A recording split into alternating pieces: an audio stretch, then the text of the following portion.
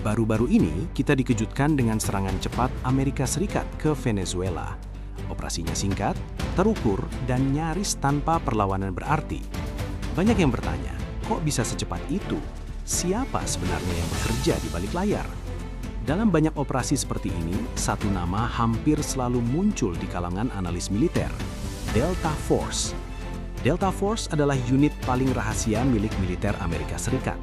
Mereka tidak sering disebut dalam konferensi pers, tidak tampil di parade militer, tapi justru sering dikaitkan dengan operasi-operasi yang hasilnya terlihat tanpa proses panjang.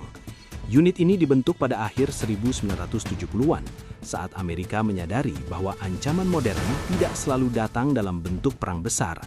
Kadang ancamannya kecil, tersembunyi, tapi dampaknya bisa global.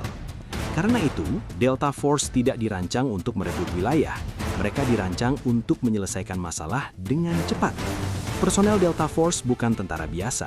Mereka direkrut dari prajurit paling berpengalaman yang sudah terbiasa berada di situasi ekstrim. Latihannya terkenal keras dan hanya sedikit yang benar-benar lolos. Sejak aktif beroperasi, sebagian besar misi Delta Force tidak pernah diumumkan secara resmi. Namun peran mereka mulai terasa jelas setelah era perang melawan teror. Di Afghanistan dan Irak, Delta Force dikenal menjalankan operasi malam hari, masuk ke wilayah musuh, mengamankan target bernilai tinggi, dan keluar sebelum fajar. Beberapa operasi penangkapan berlangsung hanya dalam hitungan menit. Tidak ada baku tembak panjang, tidak ada pasukan besar, hanya kecepatan dan presisi. Dalam kasus lain, Delta Force juga dilibatkan dalam penyelamatan sandara di gedung, fasilitas tertutup, bahkan pesawat. Jenis operasi di mana satu kesalahan kecil bisa berujung fatal. Yang membuat Delta Force begitu efektif bukan hanya senjata atau perlengkapan, tapi cara mereka bekerja. Setiap operator dilatih untuk bergerak mandiri, namun tetap menyatu dalam tim kecil yang sangat solid. Mereka tidak mencari perhatian, tidak mengejar pengakuan. Begitu misi selesai, mereka menghilang.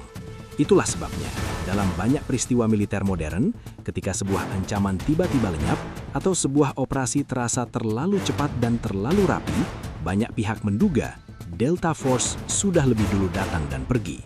Mereka bukan pasukan yang sering terlihat, tapi justru karena itulah, mereka menjadi salah satu unit paling ditakuti di dunia.